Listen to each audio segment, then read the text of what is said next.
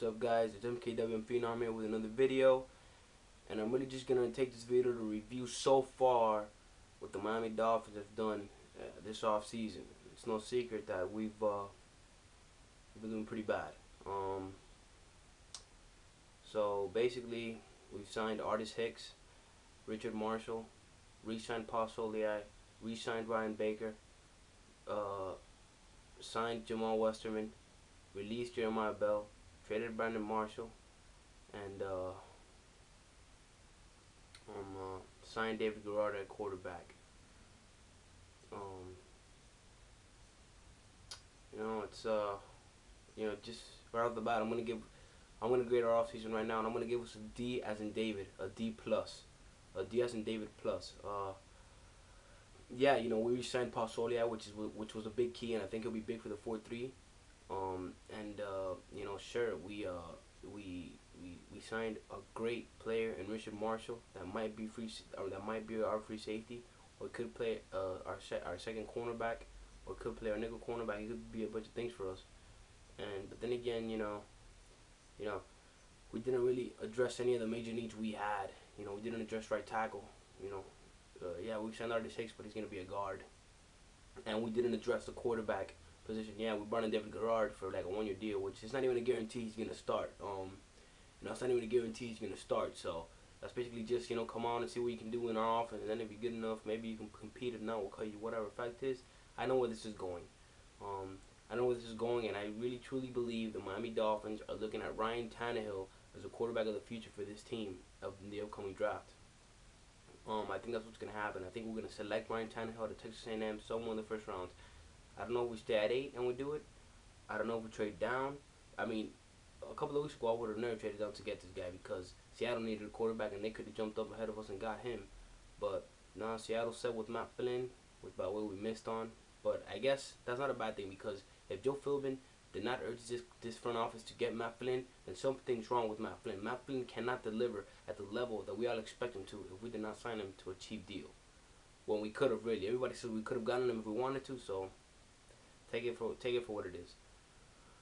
So yeah, I think what we do is we trade down. We trade down, and we try to accumulate one more pick and get Ryan Tannehill in the teens. That happened in my perfect world. That'd be the result. We trade down to the teens and pick up Tannehill there. But if not, I'll take him at 8. Whatever. It doesn't matter. We just need a quarterback, and it's obvious to me that this team feels like Mike Sherman, his coach at Texas A&M, our new offensive coordinator, can groom him and mold him into a big time star. And I think I've seen his tape. He throws great on the run. He has a cannon for an arm. He's run a 4.5 before. He used to be a wide receiver, but then he turned a quarterback because he played quarterback his whole career in high school and basically when he got to college. But then they put him at wide receiver for a while. But when they put him back at quarterback, the guy just shined, and he just stuck. They stuck with him, and he's definitely a project if we take him. But I think he's a project with a lot of high upside. So it's really, for me, I'll take a guy with a lot of high upside in the first round any day of the week, especially a team that's desperate for a franchise quarterback as us. That's that. I think we're getting Tannehill in the first round one way or another, without a shadow of a doubt. You could lock that in right now, because it's going to happen. I think we really blew the ball now bringing in a number 1 receiver. I think now we're going to have to look to the draft. If we would have gotten my friend, I would have said Michael Floyd at number 8. Not anymore. I think we're going to settle for somebody in round 2. Maybe 3, that remains to be seen. But it's obvious to me that a lot of this team's questions are on the offensive side of the ball now.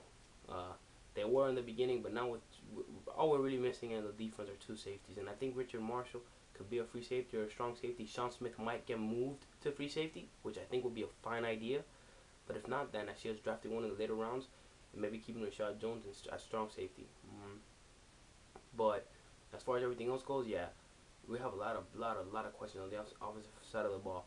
I'm getting a hunch now that Lydon Murtha might be our right tackle. He's a guy with a lot of upside that we have that just killed it at the end of the 2010 season and looked great in the beginning of the preseason, but just had to go on injured reserve because he hurt himself in a game, obviously. So, yeah, I think this team is looking at him at right tackle maybe right now, which I think is fine because Lydon Murtha was a beast and he did well at left tackle, filling in for Jake Long some time ago during the preseason. So I think he'll be fine at right tackle. I think he's a beast. I think he's got a lot of upside, and a lot of people in the facility, I hear including Omar Kelly from the Sun Sentinel, and Ben Bolin saying that this guy's got a lot of upside and all that good stuff. So let's see what happens. If he goes on the right side, that's fine. I'll plug him on the right side.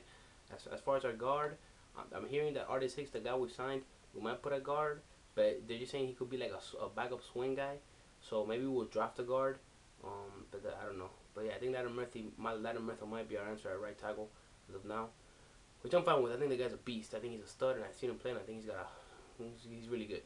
And as far as wide receivers, like I said, we're gonna have to do this at the draft, guys. We're gonna have to go to the draft, and right now, top of my head, if we get one in round 2, which I really want Kobe Fleener from Stanford, but if we're able to trade back, into the teens, get Ryan Tannehill in the teens, which I think he'll be there now. But he's not gonna make it. If he makes it past Cleveland at 4, that's fine. But he's not gonna make it past Cleveland at 22. I just don't see it happening because Cleveland might pull the trigger on him if he's there at 22. So I want to trade back into the teens, the early teens, just to be sure.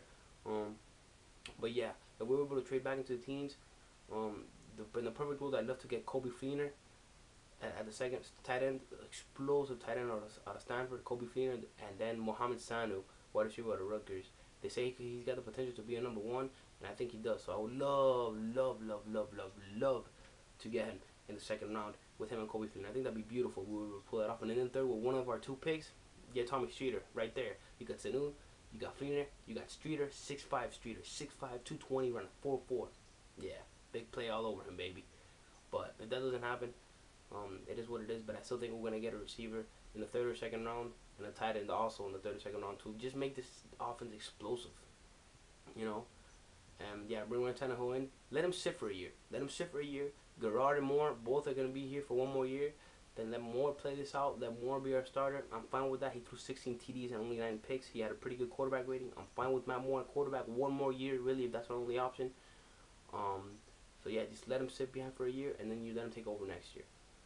Unless we suck, we epically suck this year, and we have to bring him in the middle of the year, which I hope not, bro. I really hope we do well, but let's see what happens. So that's that. What else did I want to talk about? Yeah, Alex Smith. Whatever, bro. He didn't. Whatever, Alex Smith. I thought we had him. We didn't have him. It is what it is. Whatever. Fuck it. I'm so worn out about the whole Peyton and Matt Flynn thing that I'm so worn out about the Peyton Manning and Matt Flynn thing that if we would have gotten Alex Smith or not, I would have. Whatever. It is what it is. But yeah. So. It is what it is. So if I had to grade our offseason up to now so far, I'd give it a D+, because we really have created more holes than we have answered questions. So it is what it is. This is MKW Phenom signing off. Thanks for watching.